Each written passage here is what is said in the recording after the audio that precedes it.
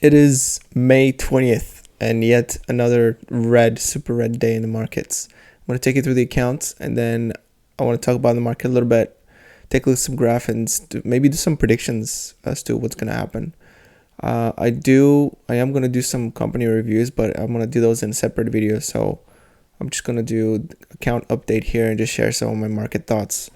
And then I'll do separate videos whenever I have time for just a quick visual dive into various companies that are on people's minds. So here's the account. It's been pretty dumpy today, although the market is showing signs of life here in the last hour or so. It's a little bit off of the lows, especially my account. It's recovered, I think, maybe a couple grand, almost $3,000 here, $2,500 or so. So this is the account here on the right. You're going to see all the options information that you may want to take a look at. Everything's contained inside this little box. The values on the right represent the dollar change in the option positions and then the percentage. Okay, nice movement. So I'm going to scroll through it really quickly. You can pause the video player at any moment to try to figure out what the positions are. And then I'm moving on to the equities here. Apple, I now have 780 shares, which is a very large amount relative to the account. Although the account is almost fully margined out now. It's only $1,600 away from being fully margined. So it's a bit dangerous, but the market has been falling very steep. So I'm counting on a market rebound where I can remove some of that margin. Yesterday wasn't sufficient. My account was about flat. I picked up quite a ton actually of Main Street Capital. You'll see that a ton, relative to the position I had. I picked up maybe 80, I don't know how many shares. Yeah, maybe 80 shares, 90 shares. I now have 360, so the next 360.003007. It's about 5% of the account. So the next dividend is going to be pretty big, relatively speaking. I get monthly dividends from this company, Main Street Capital. And let's take a look at the history here. So you can see about 10 shares here, 50 shares here, 26, 5, 5, 2. And then the last dividend was $43.19. I'm guessing this one's going to be over $50, maybe 55, something like that. And it's going to purchase me about almost 2 shares of Main Street Capital. So that's doing pretty well. I have another company, obviously, which is part of my core position that gives me monthly dividends, and that's Realty Income. This one's actually in the green today for some reason. Everything else is red. But let's take a look at the history here. And I can even break it down by dividends. Robinhood has the feature of filtering out the dividends. So you can see here 70.77 and with no change, I think, of, well, maybe I picked up a share here. Maybe I didn't. Let's see. So 286.52, 285.56. Yeah, so I didn't buy any shares. This is just a reinvested dividend gave me an extra share, so that's why the dividend here is higher. So you can see 70.77, 70.53, 66, 65. So this is supposed to grow over time, and these numbers are supposed to keep increasing. So you can see I started all the way down with, the heck was that about? All right, all the way down from 42-cent dividend from just 2 shares of way back in the day. This is in 2017. So when my account was super slow, this was always going to be a core position before I started this going to 1 million challenge. Anyway, so you can see it rode up and then started increasing the position, and now it's already giving me $70 a month. So $70 plus 50, that's already $120 a month. That's about 1 day worth of work and minimum wage or something like that. Okay, So, oh, and by the way, these dividends are fairly secure. They do issue shares in order to maintain. I actually was looking at share issuance of these two companies, but they make it up quite a bit in revenue, and they're pretty sustainable. They know how to work the books, these two companies. So these funds, I should say, I guess. Anyway, Goldman Sachs, a bit of a disappointment again. I was hoping that Goldman would hold stronger, but I mean, it is holding over 300, which is cool. Did I buy any shares today? I think I bought 5 shares. Let me see, it's 302.07 right now. Let's see the history. I bought at 299.63, so I'm winning almost $3 or something like that per share. So that's 3 times 5, $15 up on the trade today, or maybe $10 now. Anyway, I was hoping it would hold stronger because next week I gotta sell some more options against Goldman Sachs, and I don't really want to go at the, this 300 level. I want it to be closer to a 325, which is where I want to sell my calls. But unfortunately, this is it. So market's falling, and it's falling fast, so it's making my operations very difficult. Okay, what else do we got to look at here? Smith & Wesson actually up on the day, but the stock's been beaten up so much that it's hard for it to go down further than this. It might, but it's quite a bit of value at this point. So I have an exit point targeted at $15. So I'm going to keep selling calls around that area until I exit the position. And that will be for profit, even though it says average cost 15.63 entry price. I've sold so many options against it that I'm going to profit from it. You can see I have return on my profit on my call option so far at $700. Another $420 to go by June 17th. And if Smith & Wesson goes over 15, I will exit that position. If it's not, I'll sell calls against it again. Or I may actually need to sell the entire thing in order to keep my account alive. If the market decides to dump faster than I anticipate. Looks like the account is recovering live. I'm doing this towards the end of close on Friday, so you can see some live action here. I'm already up to 153, so it's like 3,000, 3,500 off the lows. If you want to see the, oops, that's not it. This is the investing tab here. You can see quite a bit of margin, 44.7. That's almost fully margined down. 50 is full, right? So I'm like 89. That's over 90% margin right now. The only reason it's not is because of this put here. Because whenever you sell a put, it takes double the amount of collateral that it needs to purchase the underlying. So that's why. So it's about like $6,500 that will reappear as collateral whenever that put expires worthless. And it's going to expire worthless because O is actually up today and the strike price of the option is 65. Okay, so that's enough account talk.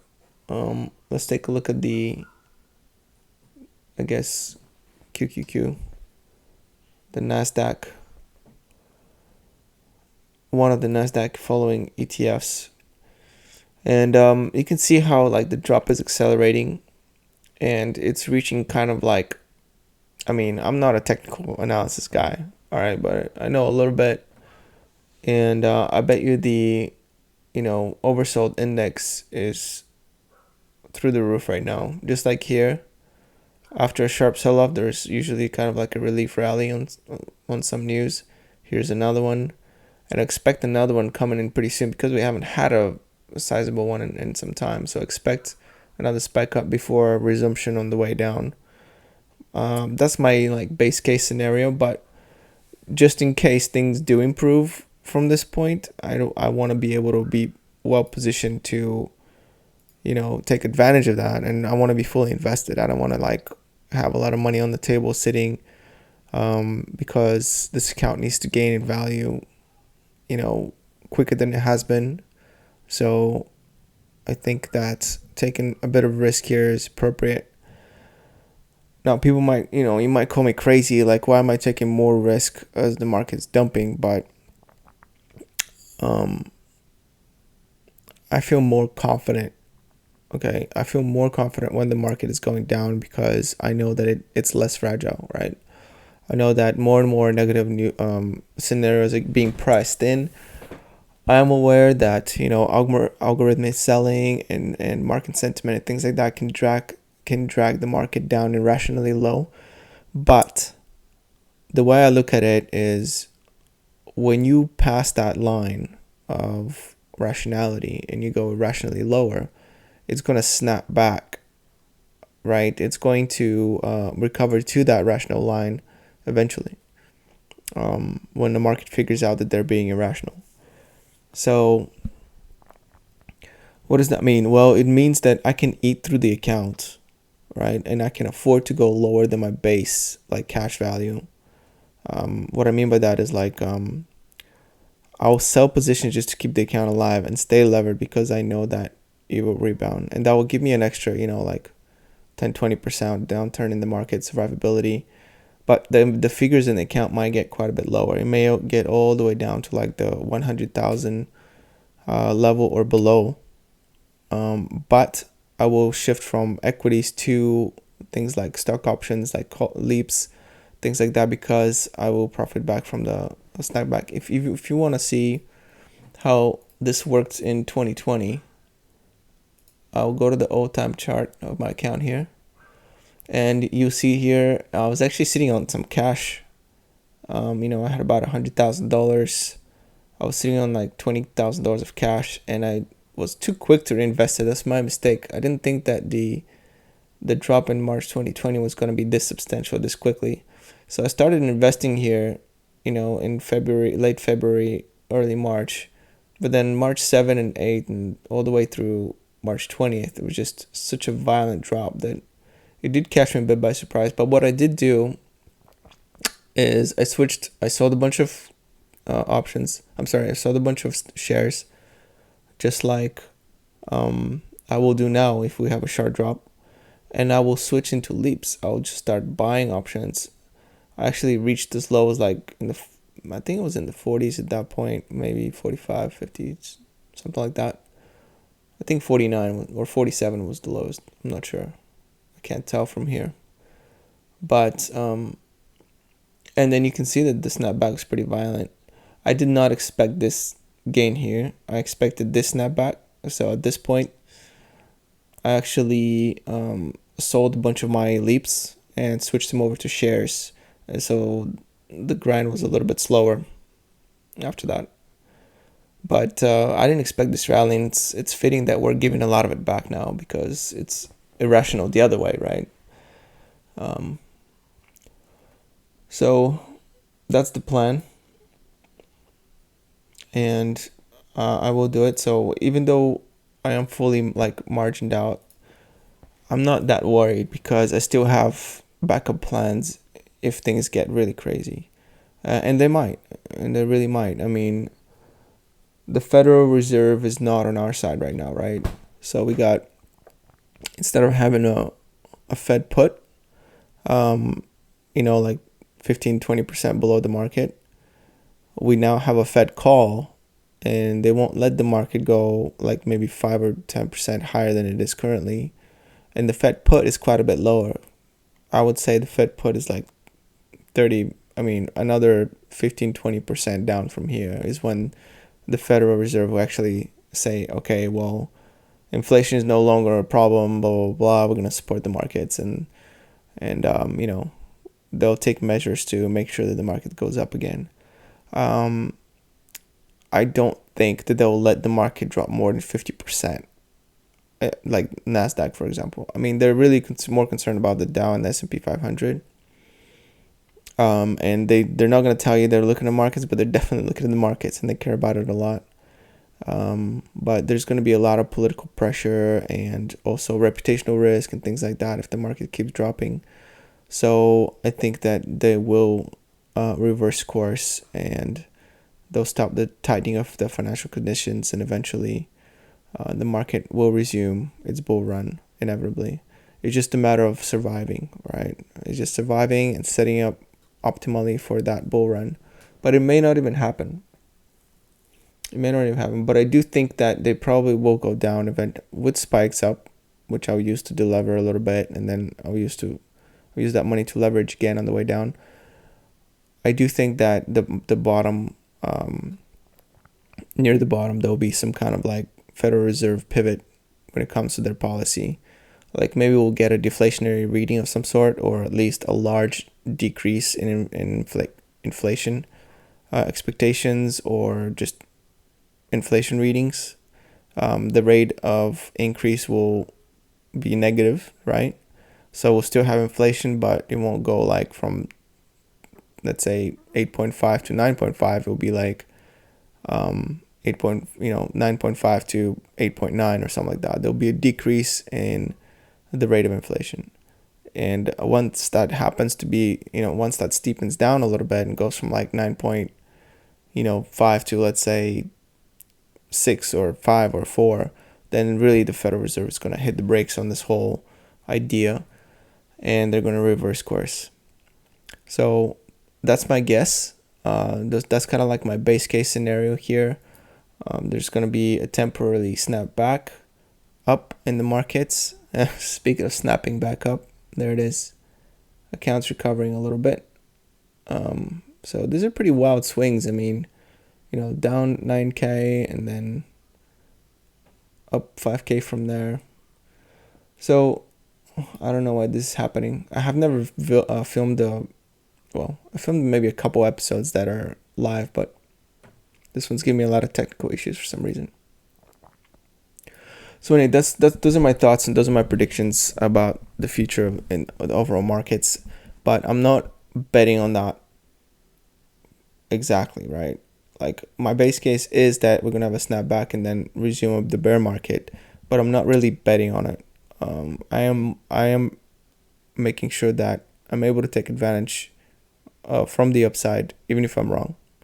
So that's kind of my plan. Let me know what your plan is when it comes to the markets, and how you're gonna handle like if there's another 15-20% downturn in the markets. And so maybe we can kind of learn from each other and take some tips. All right, I'm gonna end this right here. Peace out.